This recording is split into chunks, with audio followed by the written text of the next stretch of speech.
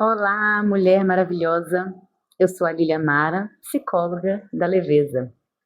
E hoje eu quero conversar com você sobre um assunto muito delicado.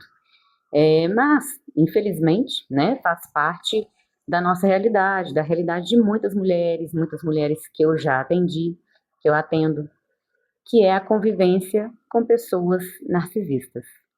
E sim, esse tipo de relação tem um custo emocional altíssimo, muito alto, porque essa relação vai minando a sua autoestima aos pouquinhos e sem que você perceba de imediato. Então, você vai vivendo, vai se relacionando e não percebe os pequenos sinais.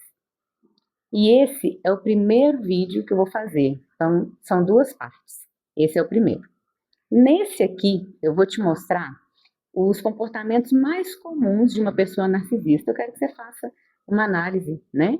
E no segundo vídeo, eu vou te ensinar como se proteger emocionalmente, sem culpa, sem briga e sem se perder de si mesma, que é o que mais acontece. Então, fica comigo até o final. Se em algum momento você se identificar como, né, coisas que eu disser aqui, se respira fundo, né, vai aprendendo um pouquinho que tem solução. E saiba que você não está sozinha, tá? Essa não é a única opção da sua vida. Mas vamos direto ao ponto.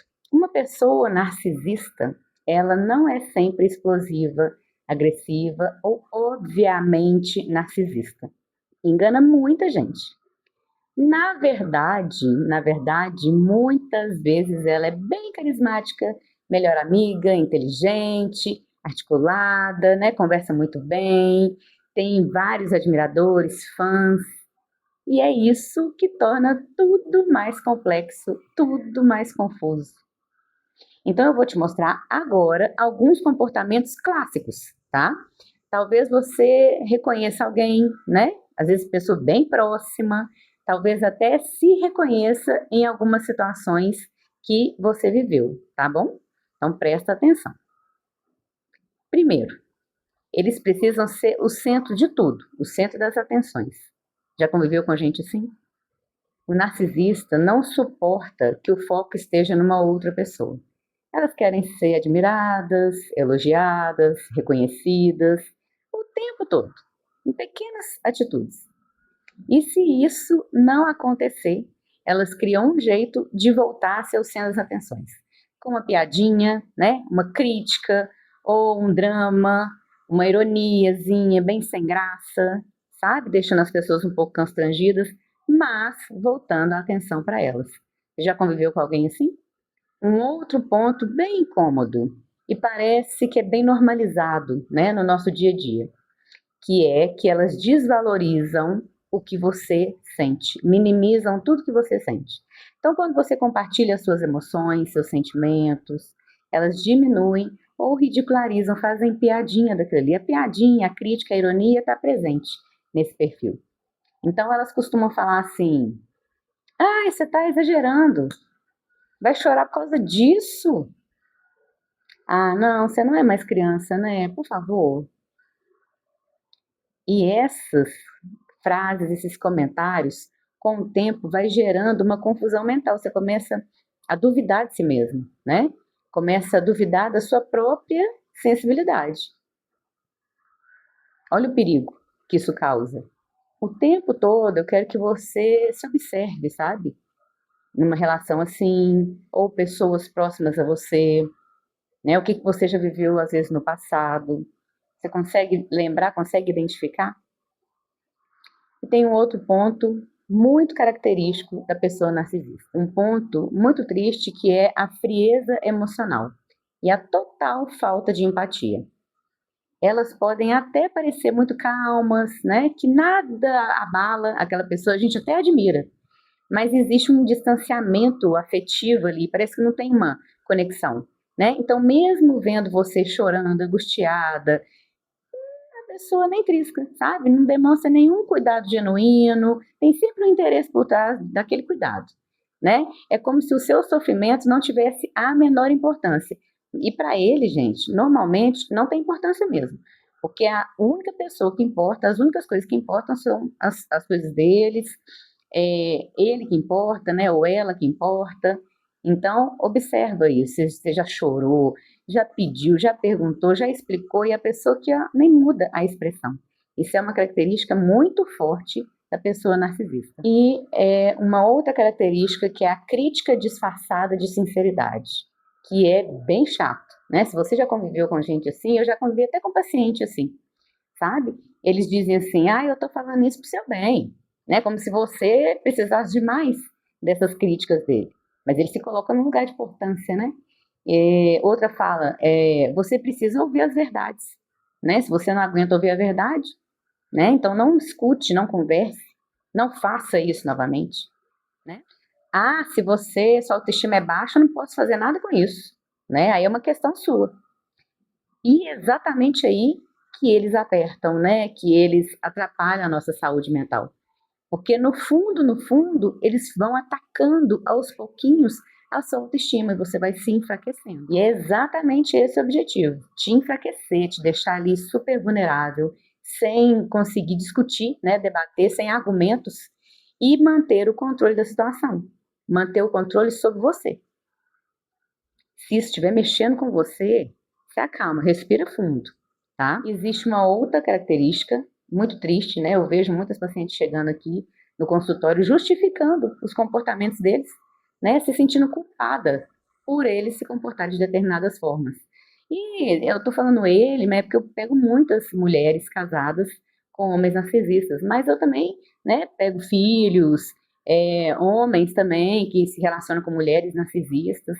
Então, existe essa característica. Eles fazem você se sentir culpada o tempo todo, né? Então, quando você tenta se afastar, quando você tenta impor limites, ou quando você tenta se proteger, essas pessoas te acusam.